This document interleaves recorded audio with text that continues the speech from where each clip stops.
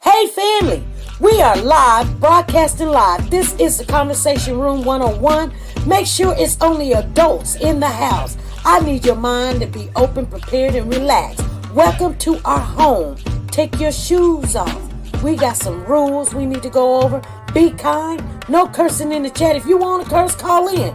And no shouting out other channels. That's a no-no. We got one other rule. There is no judging our guests. It will not be permitted. Zero tolerance. And if so, you want to do that, guess what? We got security. And we will escort you out. Because over here, hashtag we don't care. We're going to be one big family. We're going to laugh together sometimes. We're going to cry. But we definitely going to pray. I thank the Lord above for everything. I lift him up and give him the glory.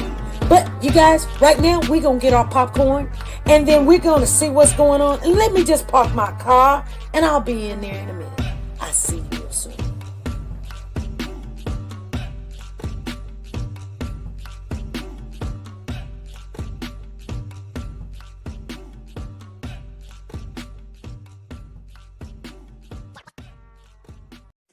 The Copyright Disclaimer Act.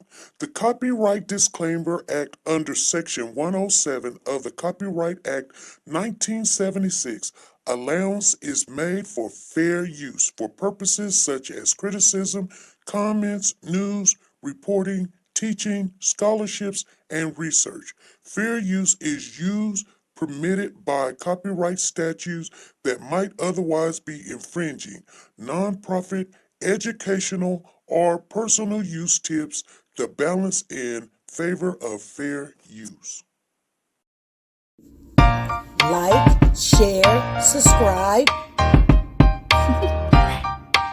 Do you want to know? Well, I've been thinking about you. And I think I have to listen. Because the sun is up, it's a beautiful day. My beginning will be as bright as the sun.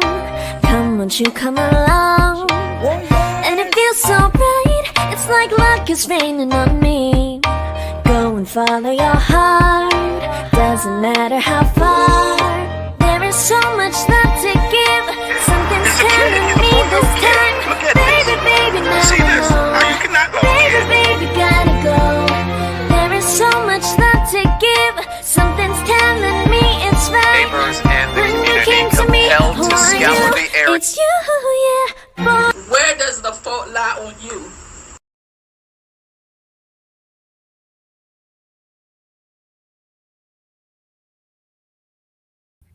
Hey family, how's everybody doing? Come on in, you guys. Let's just chat. Nancy's in the building. Come on in, speak, say something, Come on in. We're going to chat a little bit. It's almost 3 p.m. Central Time. That's in the Midwest, you guys. I am in the Midwest right now. We're going to speak on what happened in court today. There is not a lot of the information that I want to share with you guys. I did record something, but I'm just going to tell you right now. We're going to talk about this now and then maybe later on this evening. Once I get it all downloaded and everything, we're going to talk about, hey, Lisa Taylor, how you doing? Good afternoon to you. It is March the 12th. Today was court for Jarvis Day. And I haven't seen the whole thing because they haven't showed the whole thing. So it stopped with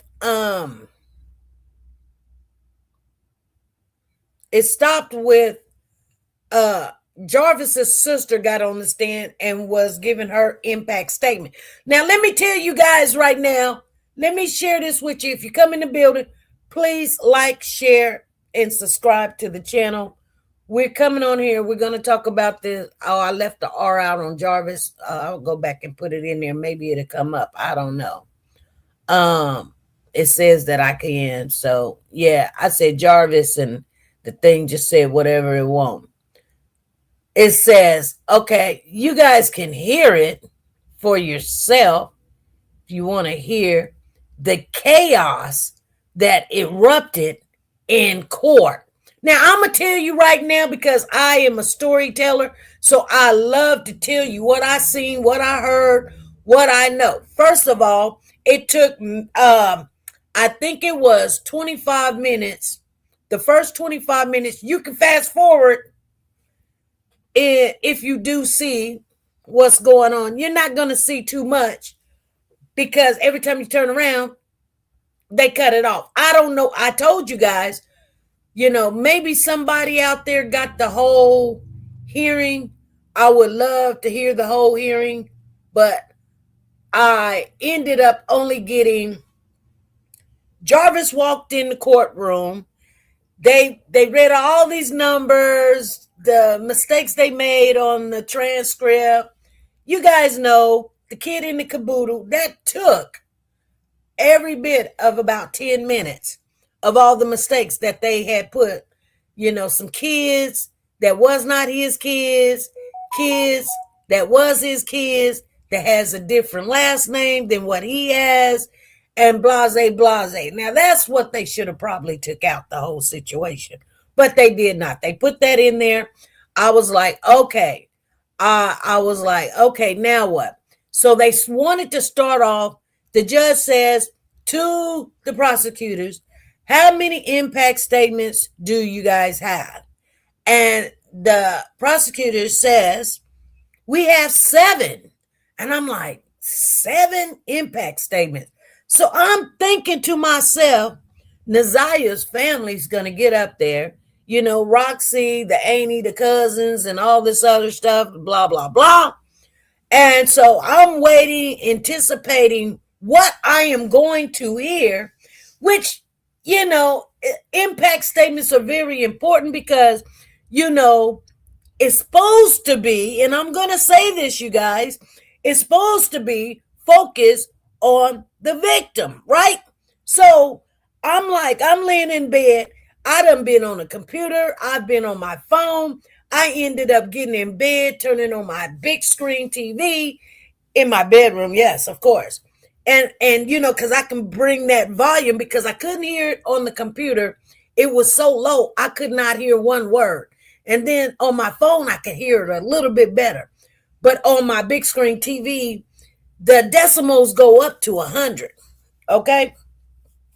So I said, okay, let me turn it on my big screen TV. And maybe that's what you guys got to do. You got to turn it on your big screen TV, turn that decimal all the way up to maybe 100.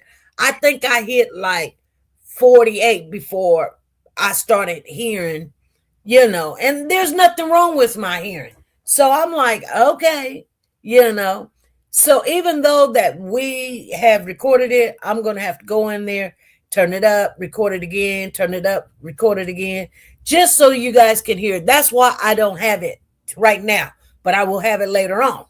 So now, check this out. So they got 7 impact statements, right? All right, let me see. You guys got to talk to me now because I'm a little bit livid right now. I'm a little bit upset because it's 3:00 in the afternoon and I ain't seen the full hearing yet. But nevertheless, if somebody got it, send it to me. Let me know where I can find it at. Put it in the chat right now. And, we're going to listen to it. We're going to listen to it because I want you guys, here's the thing. I would love for you guys to see her as they're giving the impact statements. But nevertheless, you guys are very vivid people. You guys can, you have empathy for people, so you can feel what people are feeling. You don't really got to say, I can sit in the bed and listen to a story and I'm loving it because I can visually see what's going on. I don't literally got to put my eyes on it. And that's how I learn. I told you guys that, I would just sit there and listen to, the teacher or something, and I'm getting it because I'm in a zone. Anyway, nevertheless, let me share with you guys what I heard and what took place. Some of you guys already know. You're waiting on me to just tell you what you already know. But I want to share I want to share my thoughts on the situation also. Okay? So, nevertheless, the first person that they called to the stand for an impact statement was Annette Harris. I said to myself, shut the front door. I'm serious, you guys. Okay, check this out. I am so serious. It's like, I can't believe the first person that they called to the stand for impact statement was Annette Harris. Out of all 7, which I don't know who all 7 is, I can tell you, I know now, if you're going to call Annette, you're probably going to call Shannon, you're probably going to call Marquita, you're going to call everybody, you know what I'm saying? And I'm thinking to myself, yes, she adopted this child, but I'm gonna share with you guys some things, some key things that right off the bat that you know what I'm saying. I'm not given to all this crying and moping and you know why? Because here's the thing: when you adopted this child, she is not your grandchild anymore. She's your daughter. Okay? You're hooping and crying and going to count the days. Oh, it's been 2 years, 2 months, blah, blah, blah, since the day that we seen Naziah. Honey, you did not get your tail up the day she was missing. Now you hooping and crying. Now, what are you really hooping and crying about? Okay, I'm going to tell you guys something.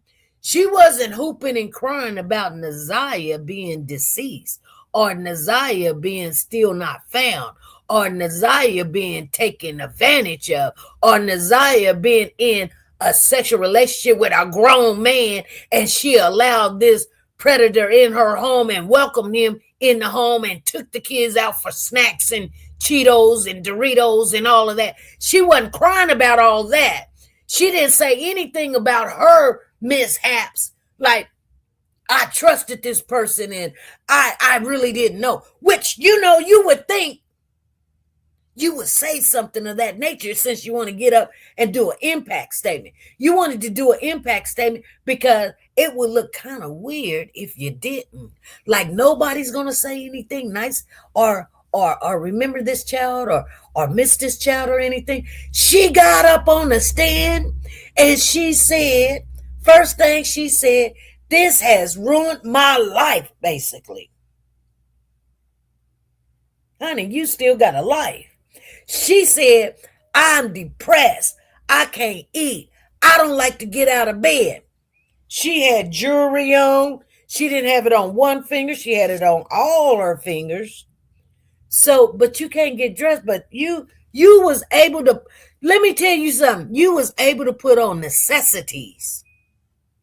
She had necklaces on. She had jingle jangles around her wrist and everything. Let me tell you something. I see it. I'm serious. I see it because let me tell you, and I know, I'm just saying, when you really can't get up, I mean, necessities is the last thing you're thinking about. Okay, she walks in the courtroom acting like she's some invalid, that she can't walk, that she got to hold on to everything that she passes or whatever. You know what I'm saying? Like, I mean, she wasn't walking like that when she was walking to the car.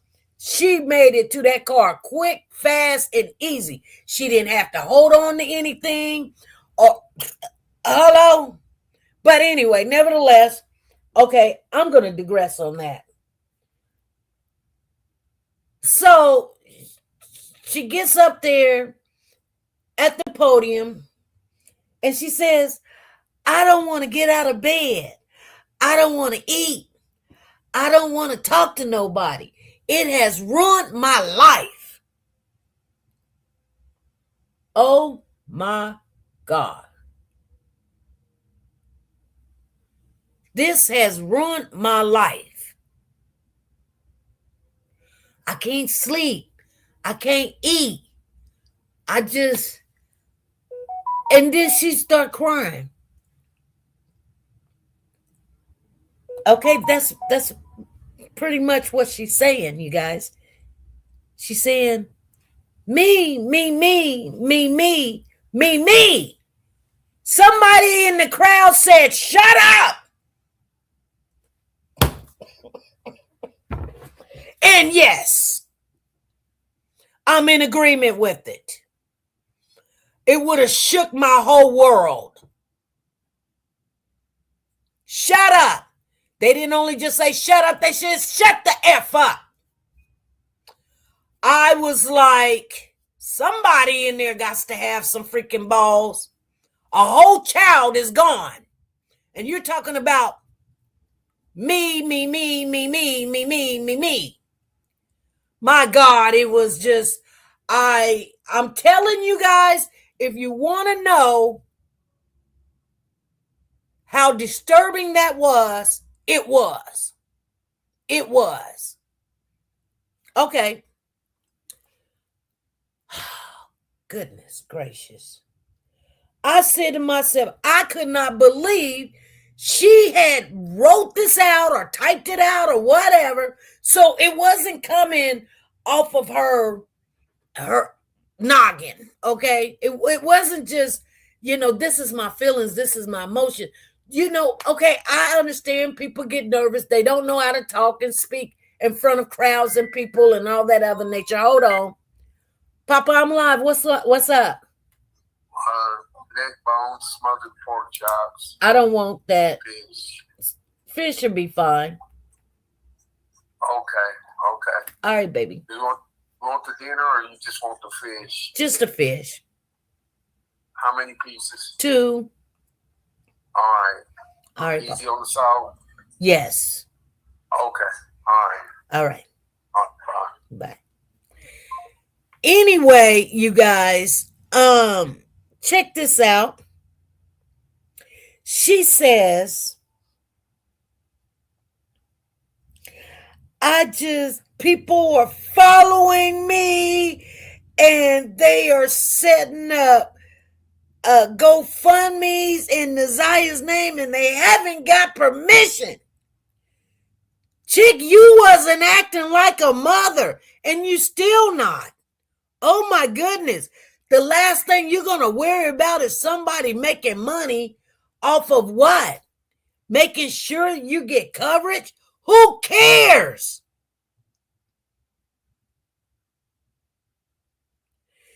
Someone in the comments on the video said that she rehearsed her part. And I believe she did.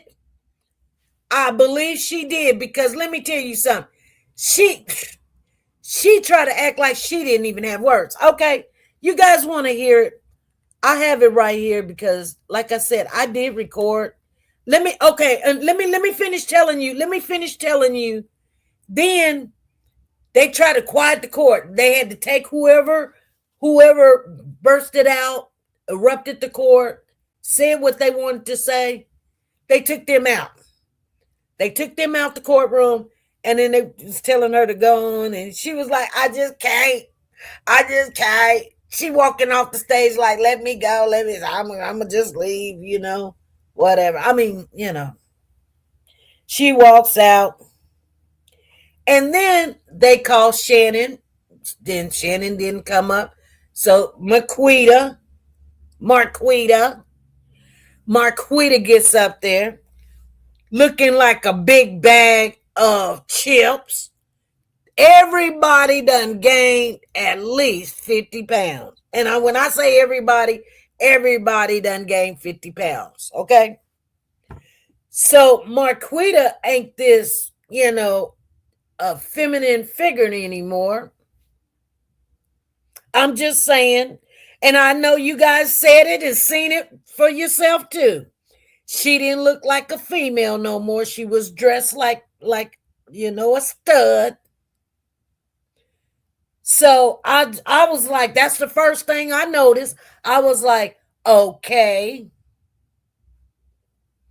What is she gonna say? She turns around and almost says the same thing her mother said.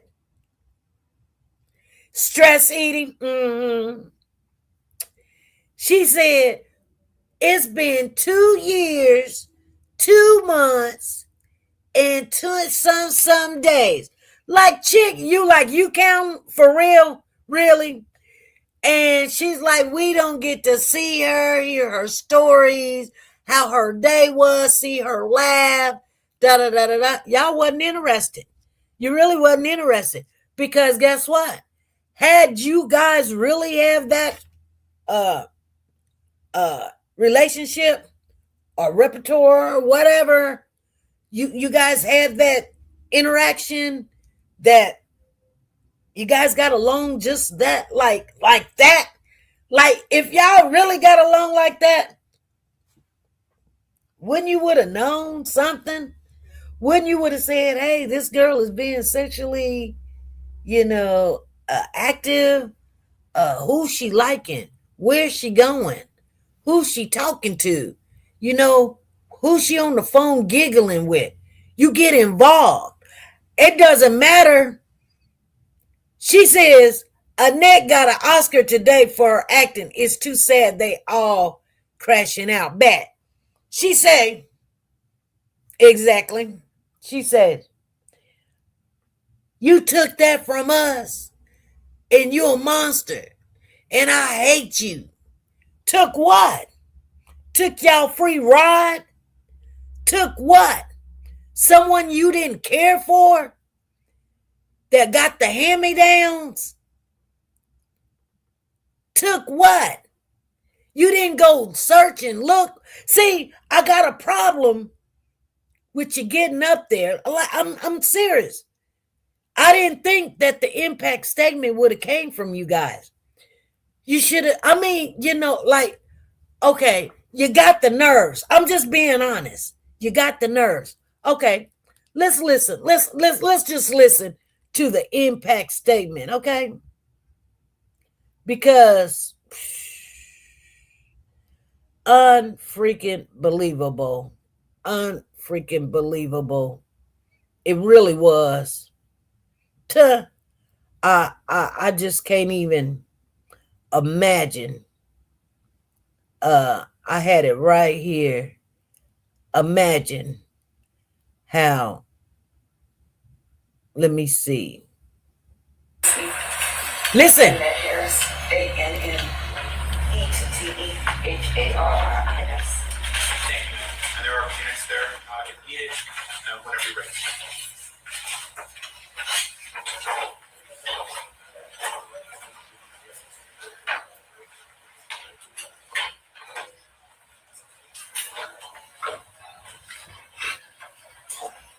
To the Honorable Judge, Jarvis Butts Court. In the Wayne County Circuit Court. Good morning. Thanks to the court for giving me the opportunity to speak and to stand here before you. So just the concerns that me and my family have. It has been 2 years and 2 months since I reported Miss I missing. I want you to know that my life will never be the same. Your life will never be the same. My life will never be the same. Without Messiah, and every day that I wake up with her, I wake up feeling depressed. It's another day without her. I love her and I miss her dearly. I can't tell her that because her life was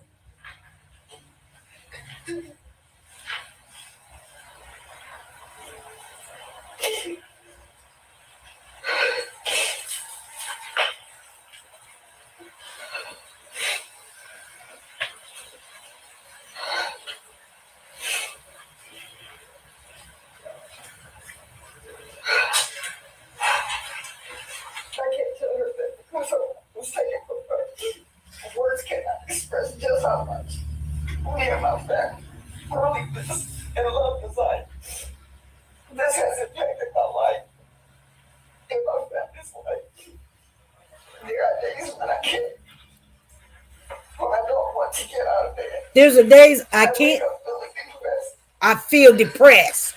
I can't. I don't want to talk to anybody. I want to talk to anybody. Just getting out of bed.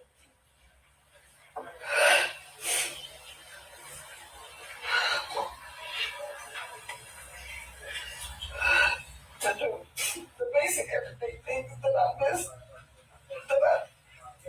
I'm sorry.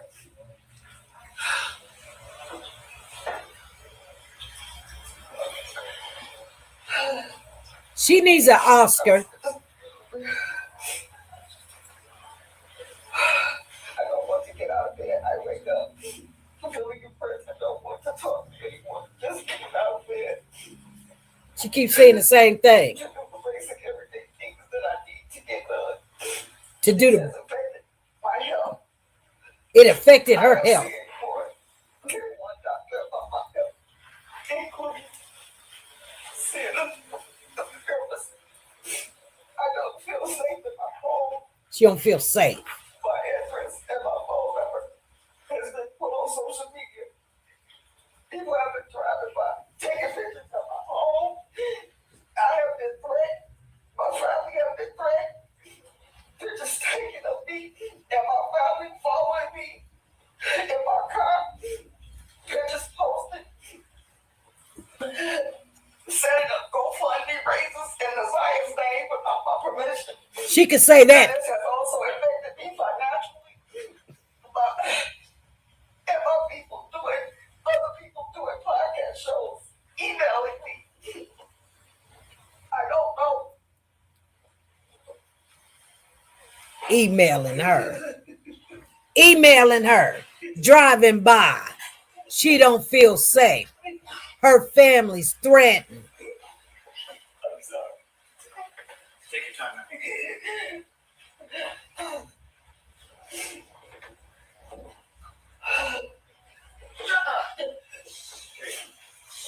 You hear that? She said, shut up.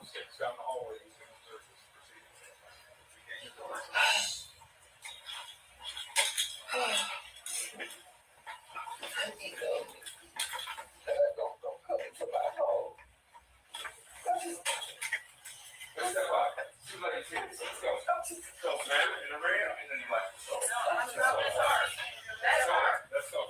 Please remain quiet. Quiet in the car. She said, shut the F up.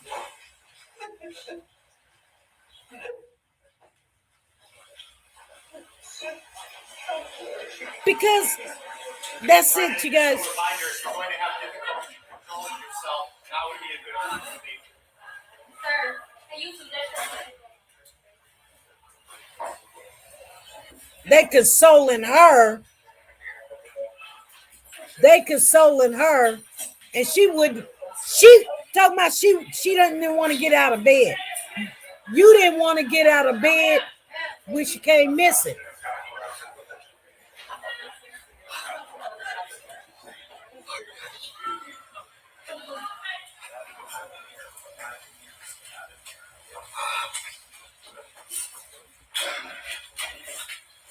Unfreaking believable. And I'm gonna tell you guys something.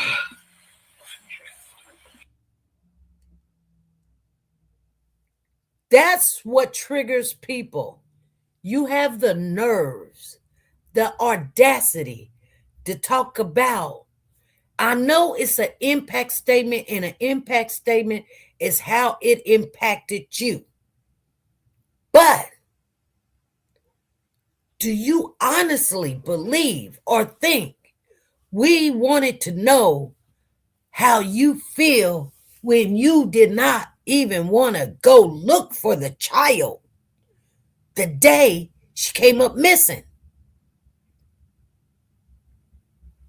Like Shannon said, Mom said that she'll handle it in the morning. 2 years ago, You was walking way better than you walking now. 2 years ago, she was in your house, didn't come home. You guys didn't even call the police. The least thing you could have done.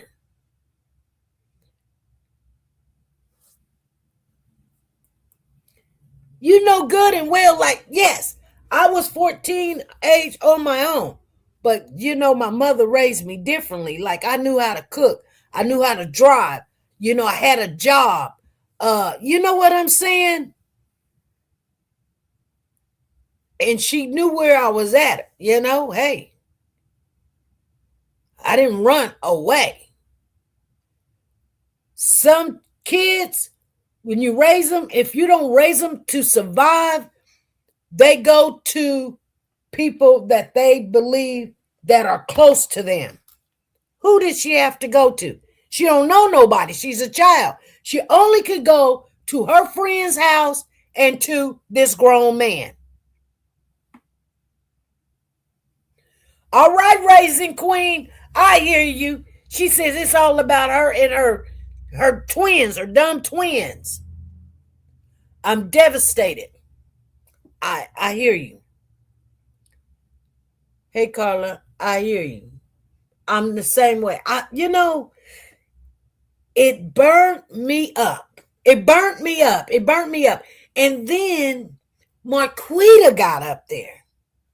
Marquita got up on the stand and said pretty much the same thing as her mama. It's been 2 years, 2 months, and 3 days. Like she really doing math. Like we're sitting here doing math. You guys were still living the life. You guys were still going to the movies. You were going bowling. You told people to get the F out of your face. You got nothing to say. Da-da-da-da-da. Like it is what it is. I don't wish this on nobody. Even people I don't care for. I don't. Exactly. She spoke about everything but Naziah. She didn't come for Jarvis like Marquita tried to say. She tried to come for Jarvis like, you're a monster. And that's all she said, basically. You took her away from us, and I can't see her smile.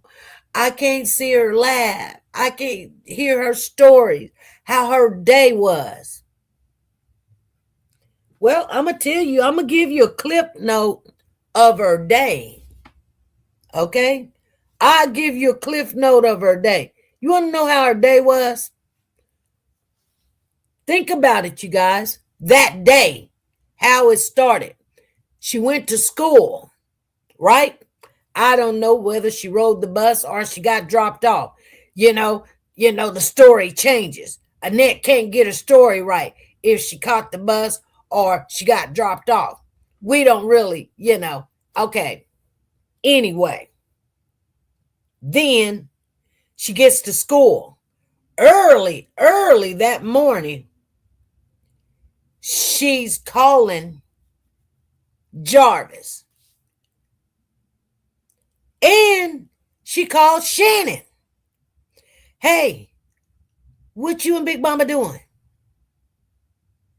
Or TT, what y'all doing?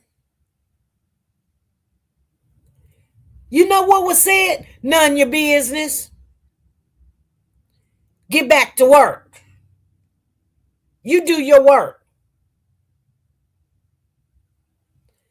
Then she's laying on the floor in a fetal position. She nurse. I need a nurse. I need to talk to the nurse. Nobody come. I mean, my God. So she gets back, sends Jarvis another message. Hey, when I get off bus at 3, be there. Da-da-da-da-da. Whoop-de-whoop-de-whoop. He made sure he was there. You know, the way King say it, oh, we were just going to AutoZone to pick out a part for a foreign car, a Jag, that we're just going to go pick up this starter or this fuel pump, like we got it in stock. Oh, we just driving by and we seen her. And Jarvis said, hey, that's my niece. There's my niece. And she just get in the car. She said, hey, and that's it. A child. Hey, Phyllis, how you doing? So nobody, I'm going to tell you why it's a little bit frustrating, you guys, and we'll get over it. We will. You know, that's funny because I was in a situation once before. I was dating this guy and he passed away and I didn't even know he was sick. He didn't tell me he was sickly. I wish he would have. I would have been passionate about it or whatever. But, you know, I was thinking, the relationship was going to go somewhere. And then all of a sudden one day I get a phone call out of the blue and somebody said that he passed away. And then, and I couldn't believe it. And then I talked to his daughter and his daughter said yes. And I said, oh my God, what happened? And, I didn't even know. And then they got to telling me what happened and said he was at dialysis. And I said, what do you mean he was at dialysis? I don't know nothing about no dialysis. He goes to work at that time. They was like, no, he goes to dialysis every day. Da-da-da-da-da-da-da-da. I'm sitting there saying to myself, this man done told me this bald-faced lie for months about how work was and somebody stole the shrimp and he had to work over and da-da-da-da-da. I don't go check it out because why would you? But his brother called me up and said, and I was frustrated. I helped pay for the funeral and everything. I didn't go because I was angry. I was upset. I was mad because everybody knew the truth but me. I looked like a big dummy. No, I just trusted him to tell me the truth. But people don't do that, you guys. People do not do that. They don't tell you the truth. And then when you find out the truth, they don't understand your reaction. So I'm thinking to myself,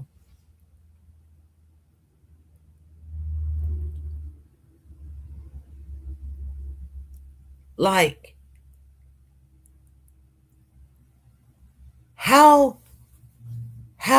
why would you lie about something of this nature? Like, you're going to have to tell me the truth. He said, oh, my friend told me to tell you the truth about something. I said, what is it? He was like, sometimes, you don't get a liver transplant or whatever. And I said, I mean, you're a little bit overweight. I understand. Start losing weight or whatever. Okay, that's the truth he told me. He didn't tell me he's on dialysis. Anyway, his brother, so I'm boo-hooing and I'm crying. And his brother says, you gonna be all right. He didn't say it like in a comforting way. He said it like, you need to just shut up and sit down. You're gonna find somebody else. You're gonna be all right, which is true. I'm not gonna go through life, going, hey, I'm done. But to lose somebody and not expect to lose somebody shakes your whole world. You want to know why. You want to know how. You want to know if there was something you could have done or why you didn't know this or why it happened. That's just human. That's your human nature to feel like something was taken from you and you wasn't even expecting something. That is not how Annette, even 2 years ago, that is not how Annette showed up on this impact statement. She didn't say nothing about how, why did you do it? Why did you pick her? Why did you have to kill her? Why, when we cared about you? She didn't say none of that, you guys. You know, when you be dumbfounded, you don't sit there and go, I mean, and I know people are saying, people grieve different, SP. People grieve differently.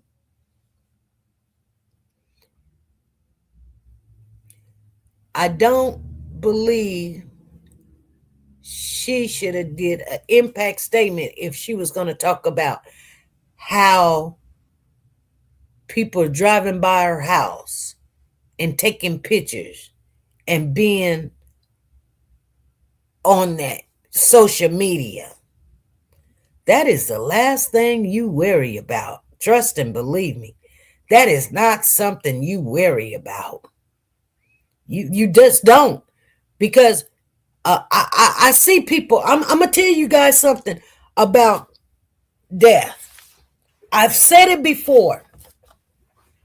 I see multiple people, family, races, genders, old,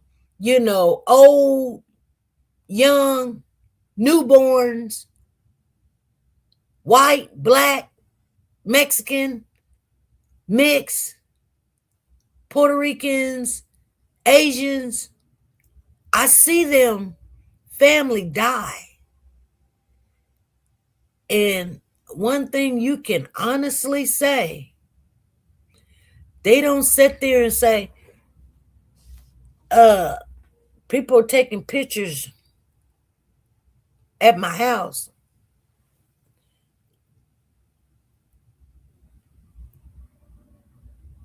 People making money and they didn't ask for permission.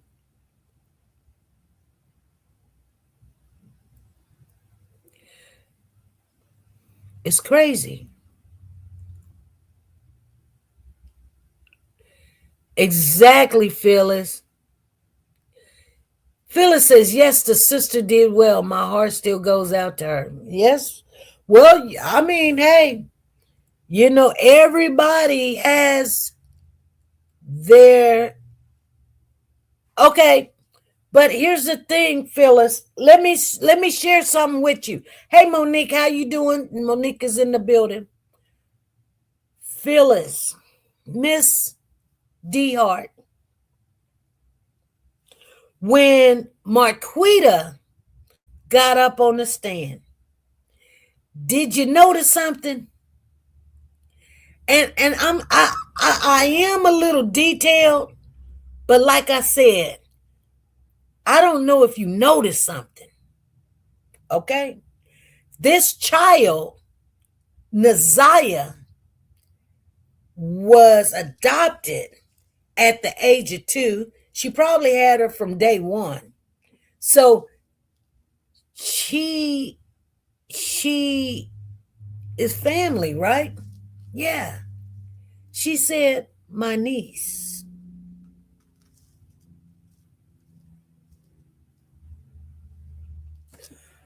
I'm going to say this. When you adopt a child, that's not your niece anymore. That's your sister. Because adoption means, hey, that's not your niece. I adopted my niece, right? I don't say that to people because she's now my daughter. When I go to the school, I don't say, hey, I'm the auntie. Once I adopt you, you're my child. You're my child. My kids say, that's my sister. They don't say, that's my niece. And I'm going to tell you something. Yes, it takes time. But from day 1 to 2 years, 3 years, 4 years, 5 years, 6, 7, 8, 10, 13, you don't continue saying my niece. And I know that for a fact. I know, because guess what? I did adopt my niece, and she became my daughter. So when Marquita got up and says, you took my niece, you guys never did accept her as your sister, that's a problem. That I'm just saying. I'm not getting on nobody. I'm just saying, when you're still calling her your niece, when that is your sister, because that's what adoption is. Adoption is, hey, you're now not my niece anymore because mom done adopted you. Okay, so because mom done adopted other kids. And you know what they say? That's my mother.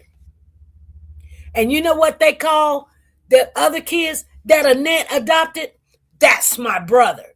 That's my sister. I talked to Anita's oldest son, which was adopted. He didn't say, that's my adopted mother. He said, that's my mother. And yes, Shannon and Marquita is my sister. So I just don't understand why Naziah still had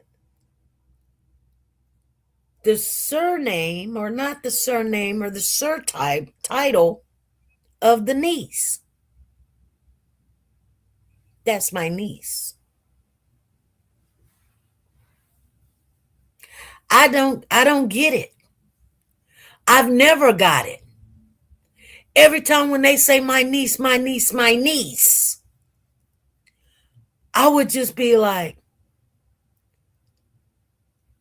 so you really did not accept this child to be your sister or your daughter.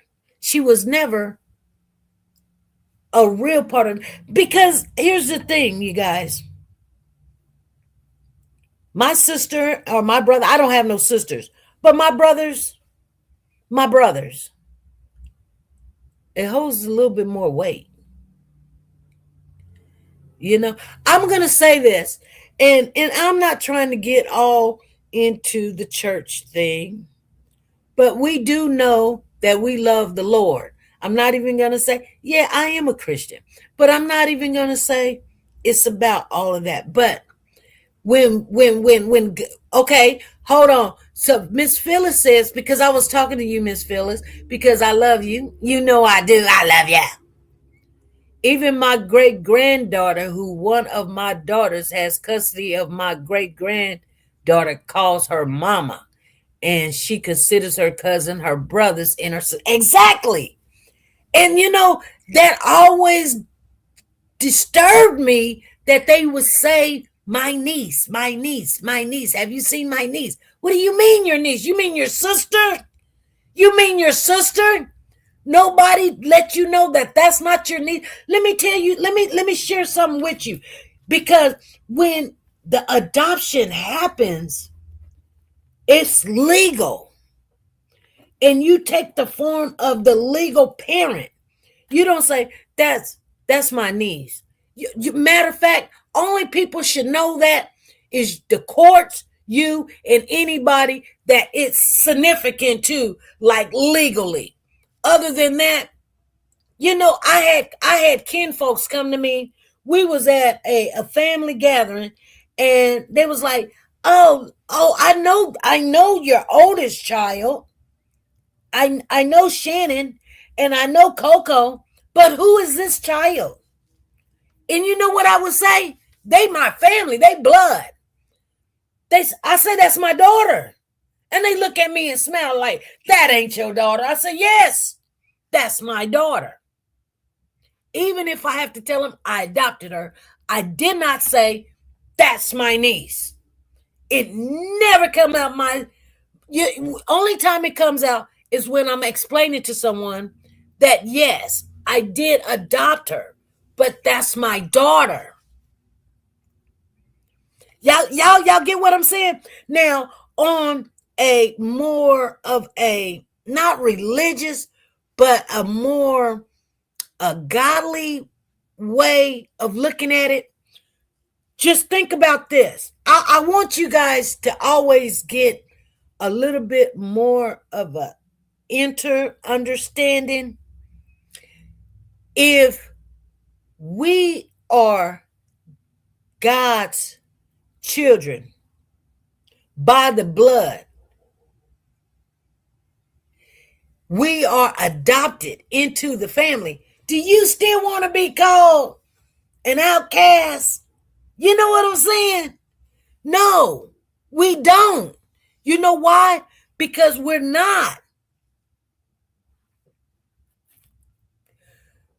When I was getting raised up, they said by the blood, you adopted into Christ. Something of that nature. They don't say it anymore, but that's what I was taught. I don't know if they say it in you guys' church, but you know, we are adopted by the blood. I would hate.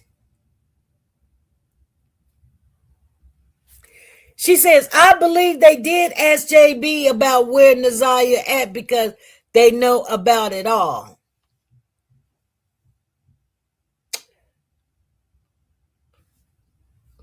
I would hate to be adopted into a family and still be considered the outcast.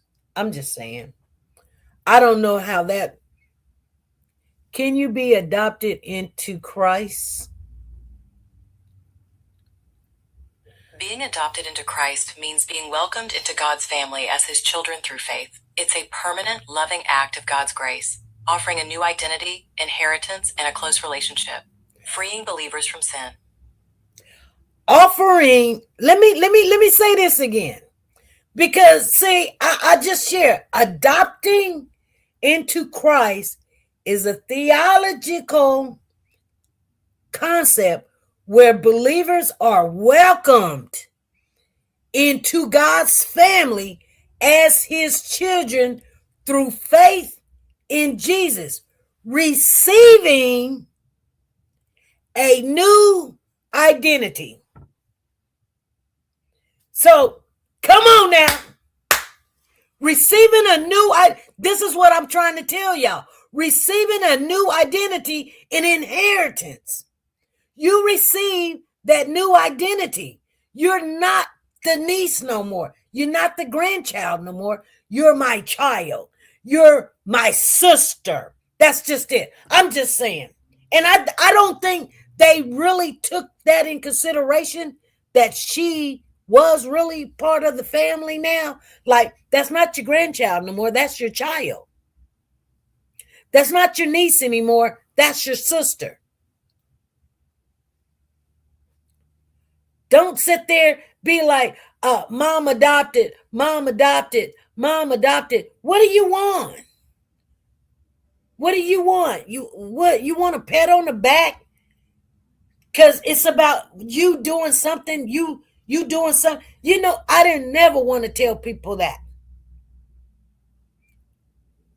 You know why? Because it would have made her feel something. Let me tell you right now, to this day, my baby girl, she's upset. She's mad. You know why?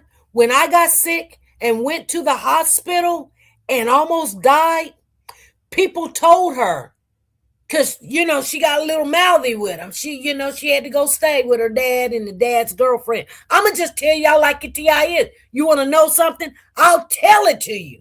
I got nothing to hide.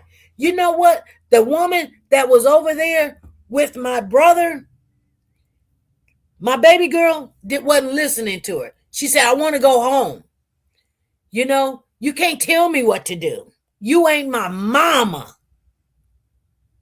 That's what my little one said. You know what the woman said? She said, SP is not your mother either. And my little one looking at her like, what you say? What? It wasn't really time for her to know this. I'm telling y'all the truth. Because she was too young. I was going to tell her. But you see what I'm saying? All she knew was I was her mother, and her brother and sister was her brother and her sister. That's all she knew. So, you know, a couple of months went by. I finally get out the hospital, and I bring her home. And she waited a while and stuff, and she said, true story. She said, Mom, I got to ask you a question. I said, what is it? She said, you told me you would not lie to us. You told me that. I said, and I won't. She says, my little one, am I adopted?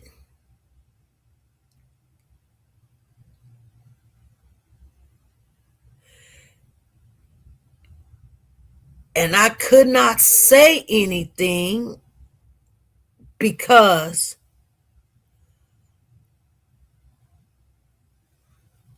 I have not told her that. Nobody has said anything of that nature. You know why? I never have put it out there.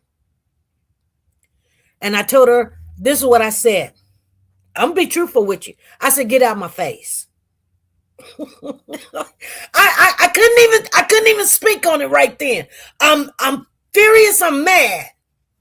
Because who told my daughter she's adopted? Who told her that?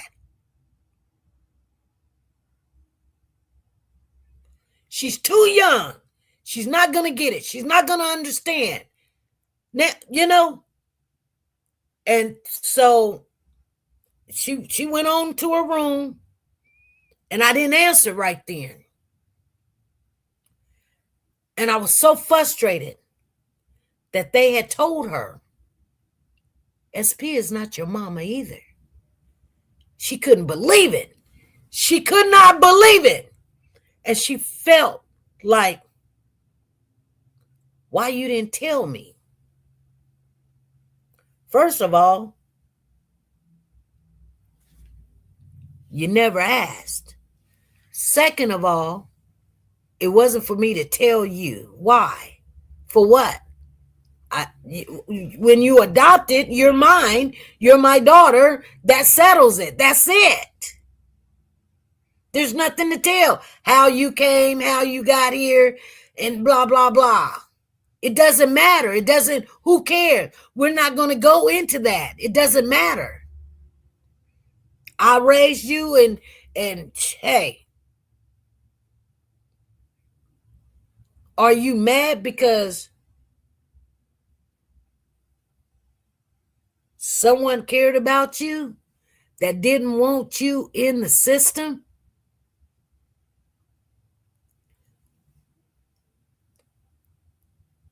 You're not old enough to know those things. You're not old enough. And yes, you know, I sent her back to her dad because right after that, you know, she felt like why her mother, her biological mother, didn't want her. Now I'm the problem. I don't know how I become the problem when I was the solution. But for some reason, you know, I'm angry because you held this away from me. You should have told me. Told you what? You were a child. I'm not. No. It was my decision. My decision is to raise you as my child, and I did, and that's all you knew. Period, point blank. And that's what I did. Now, when someone tells you that you was not, it was not in your best interest. Because everything that I had set up for you now, you're in rebel. You're in the rebellious stage. If you're not my mother and I don't look like you and I don't look like Shannon and here's the thing, when you have a little one and your other kids is already pretty much grown, you know, she wants to know why she can't do what they do. She can't do what they do. They're grown.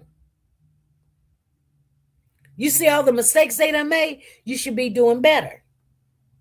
A little bit more lenient. I done messed up with them a little bit. I got it right with you. You didn't see that.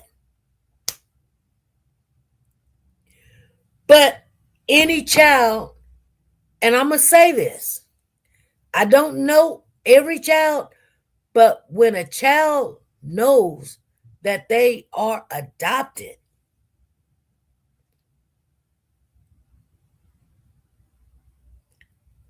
you know, they think differently.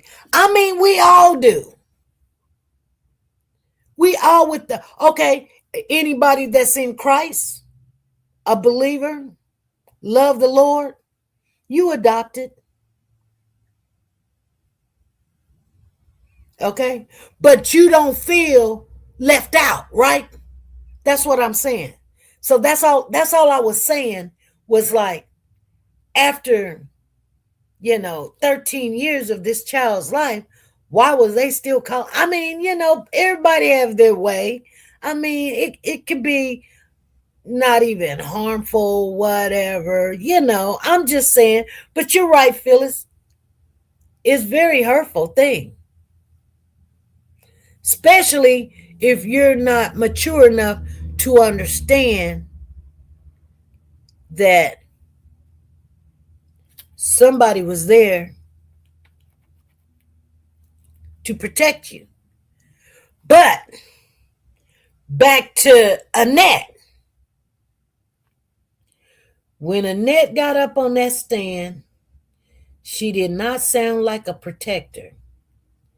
She did not. I'm just saying, you guys, and maybe I'm wrong, but I doubt it. I really do doubt it. I mean, but I always say, prove me wrong.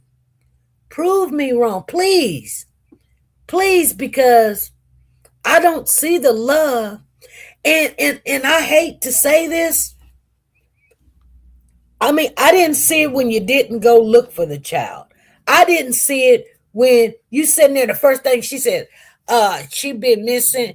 She been gone 2 years and 2 months since I reported it. Hey, okay. You reported it the next day afternoon, sweetheart. When you took the kids to school, you didn't even report it when you took them to school. You did some other stuff and then came to the school and said, hey, you know what, you guys? My daughter didn't come home yesterday from school. Now they're going to have to backtrack. So then she wondered why people are thinking that they have something to do with it. Of course we think you got something to do with it, because it doesn't make sense for a mother to not report it. Like, if my dog did not come home, if my dog stray away, I'm calling the dog pound. I'm calling the neighborhood watch. Anybody, you know what I'm saying? But you can't even do this for a child. Oh, mom says she's gonna take it up in the morning.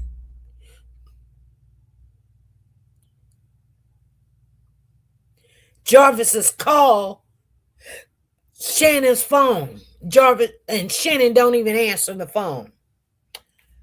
The last thing I really wanted to hear at that impact statement, because it didn't, I guess you could say they feel like it impacted them. I do believe that God, the God that I serve, now I'm going to tell you something, you guys, because not all people that say they serve God we serve the same God. Now, I'm not saying you don't serve God, but we don't serve the same God. And I know this because some people think things is right, and you should know they are not. Now, I'm not saying I'm perfect. We all do things, but I'm just saying some things are just, you know better. You should know better, okay? I mean, like I said, let's read this again. Adoption into Christ is a theological concept where believers are welcomed into God's family as his children through faith in Jesus, receiving a new identity, inheritance, an intimate relationship with God. See, I don't believe Naziah and Anita had an intimate relationship as mother and daughter.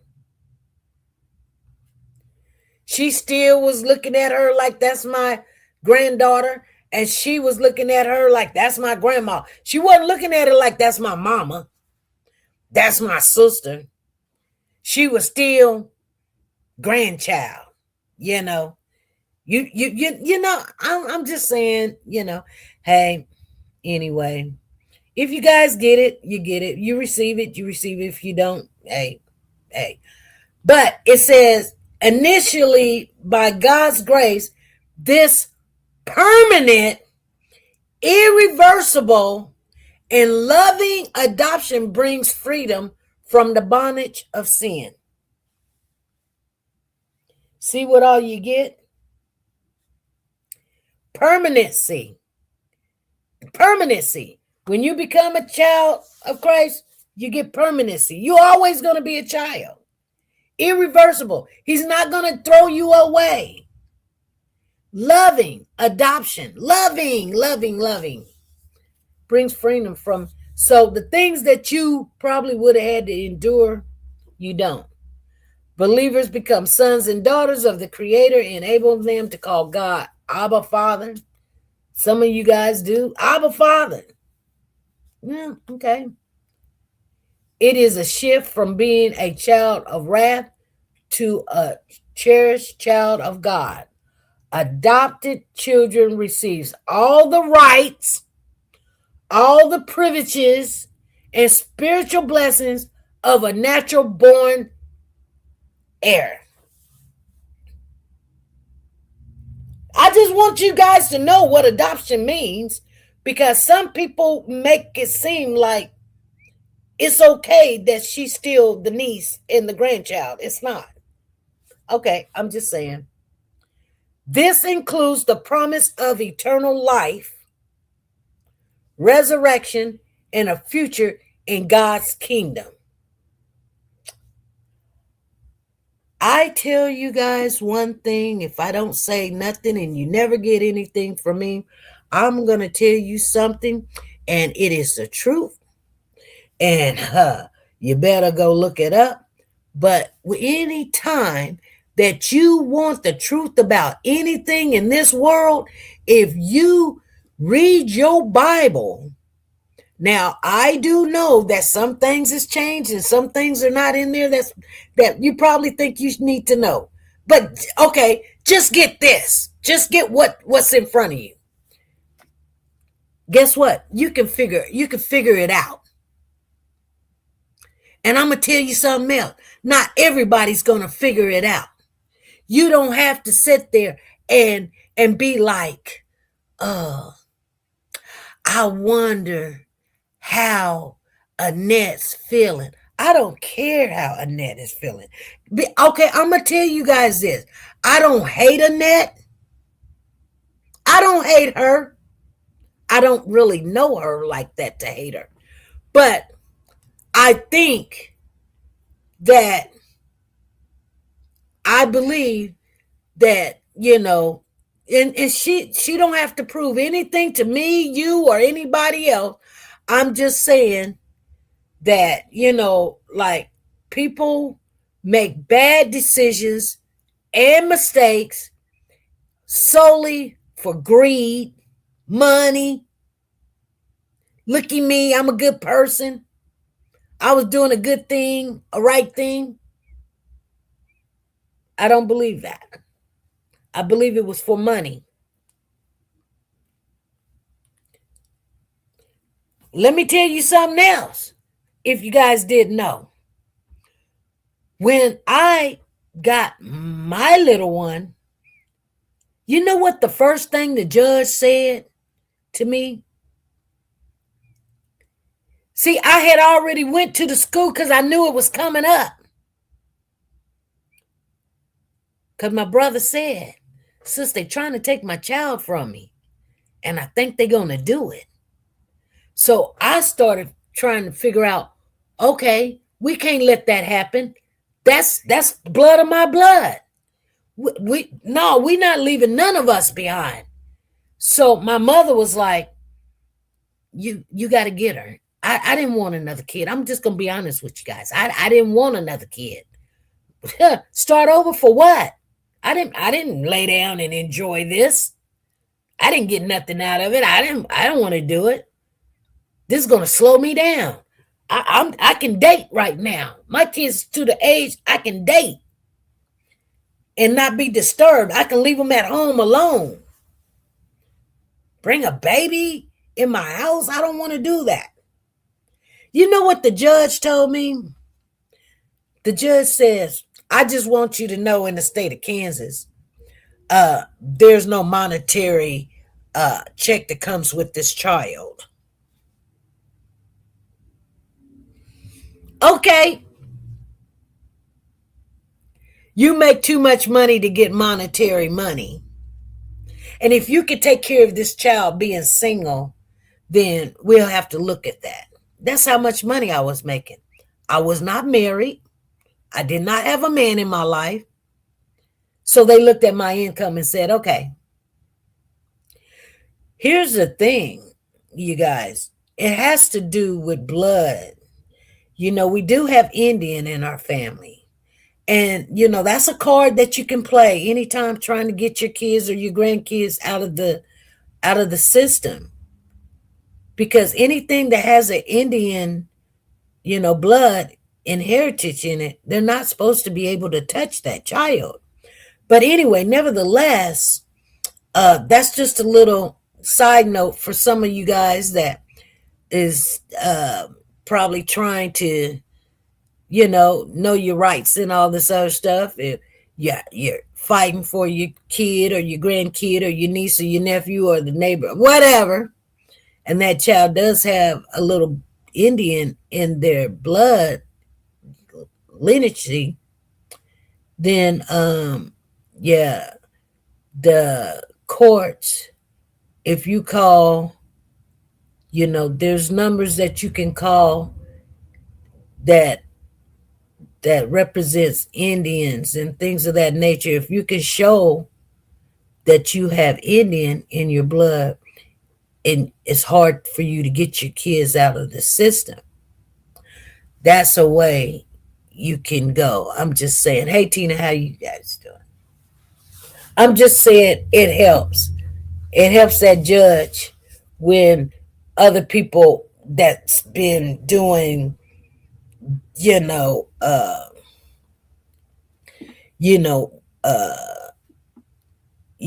watching kids for money, and all that, which the lady that was watching had my little one from day one, which we didn't know about her. We didn't know because the mother said that her husband was the father. And so when the state finally was going to take the child from her, they found out that her husband was not the father. So then they got ready to take the child. And so her last resort was to tell who was the real father. That's when we knew she was 2 years old. And the blood test came back and said that my brother was the father of this child. Now he may have known. I don't know. I wasn't there, but when they located me, the first thing I said was, no, I I don't want no kids, I just don't. And then, they came back to me again and asked me again.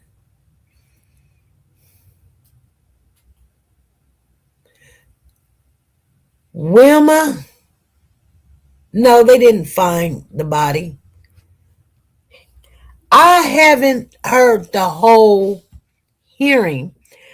We were going over the hearing of what happened in court. It was an outburst. Annette got up, did an impact, started talking about herself and how, people following her and on social media and people making money, and she's financially discomfort. And then Marquita got up on the stand, and Marquita said that, she hates him and he's a monster and she don't get to see her smile. And then, here you guys, Jarvis's sister got on the stand and she done gained some weight. Got a little gray hair up in the front too. She got a little Jerry curl.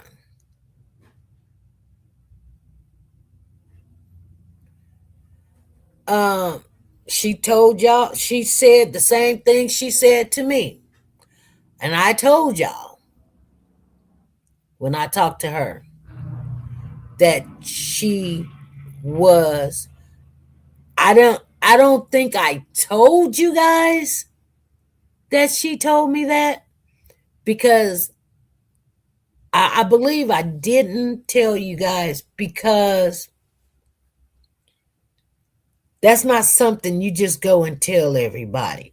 Oh yeah, she told me that she was touched or messed with when she was a child. I'm not going to tell you. Some people asked the question, and I said, you got to read through the lines. What do you think? There was a reason why she had to tell what she had to tell. You guys understand what I'm saying? Or she felt the way she felt. She said the same thing she said to me in court. And then it cut off. I didn't get to see no more of the hearing.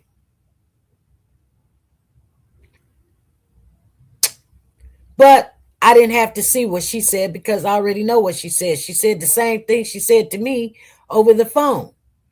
Somebody fiddle-faddled around with her when she was younger, and she felt like she didn't want that to happen. She didn't know why she had to be there. That's what she said. And she plays it back in her head.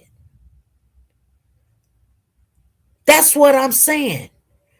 That was more of the right thing to say. Why was I there that day? Is there something I could have done? You're going to feel some kind of guilt, you guys. Even when it wasn't your fault, you're going to feel some kind of guilt. Because I could have seen something. I could have known something. Even though he lied to me and said that's my homeboy's niece. Because to be honest with you guys, everything happens for a reason, and there is always a purpose. We may not know what it is, but it is.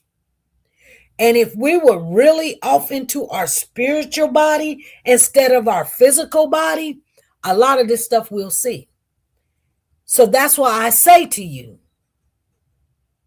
when you're in your physical body, you don't see this stuff. When you're in your spiritual body, you may see it, but you wondering, is you seeing the right thing or not? You questioning stuff. You questioning, man, I don't know. I don't know if this is real or not. I don't know. I'm going to say this and I'm going to get off of here, you guys, because I want to come back on later on or something, or come back tomorrow, whatever. We're going to chit chat about it. is,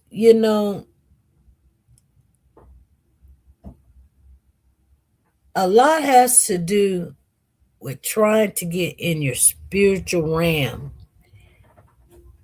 and understanding when you're in the spirit what is real and what is not. If you knew what I knew, not saying I know more than you, because I don't know what you know. I'm just saying, but if you do know more than what I know, you know what I'm talking about, because you will be in a higher realm, a higher power. So you would know, right? Okay. Don't get offended, because I'm not saying I'm better or I know more or whatever. I'm not saying that. I'm saying if you do know what I'm talking about, we don't, there's no debate. You understand what I'm saying? And so therefore, what I'm going to say is, you would know that the spiritual world is more real than the physical world.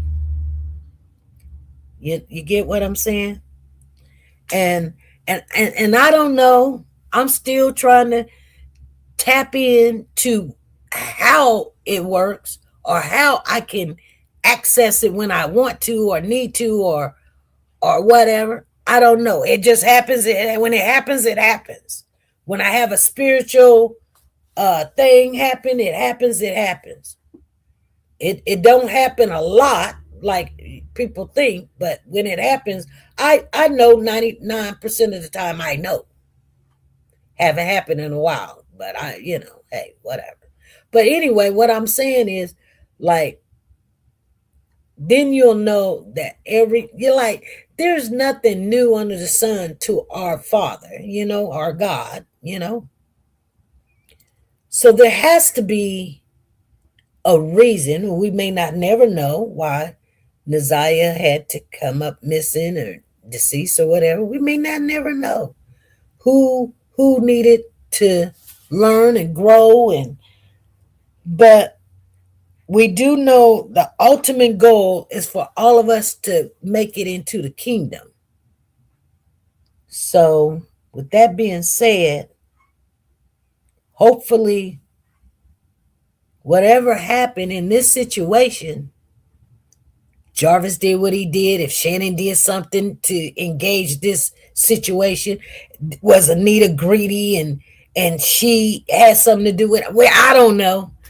I just, the little girl cousin got on the stand. They did not show her, of course. Oh, the little girl cousin. Okay. Thank you, Phyllis. I'm going to research some more. If you guys can send that to me or something, because I know they're not going to show it, but we can watch some of it. I just think, these things are good to learn from, even at our age, as a spiritual thing, because I'm going to tell you guys something that's very scary. I don't know if you guys watch the news. I don't really watch the news, but yesterday I was trying to do something on YouTube, and it says something about Iraq is ready to attack California, something of that nature, right? And I thought to myself, okay, if you know anything about your Bible, you know that California is the flag of, of the bear, right? Okay, so you're going off into Revelations. I'm just telling y'all.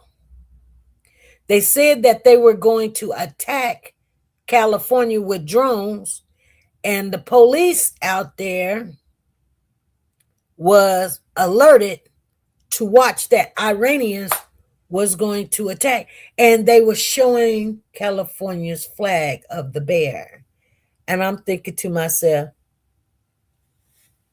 oh my God, here we go.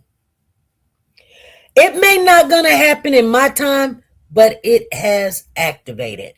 All the things in your Bible is true. There's some things in there that's not in there. That's true. Some things was taken out. That's true. But it doesn't matter because what you needed to get is in there. You guys understand what I'm saying? People ain't, if you go to people and they say, well, that's the whole book right there. No, it's not. It's more. They didn't fiddle faddle with it. That's a lie. Yeah, they did. But there's nothing wrong with what's in there. Like, can you even just consume what's in there? You guys understand what I'm saying?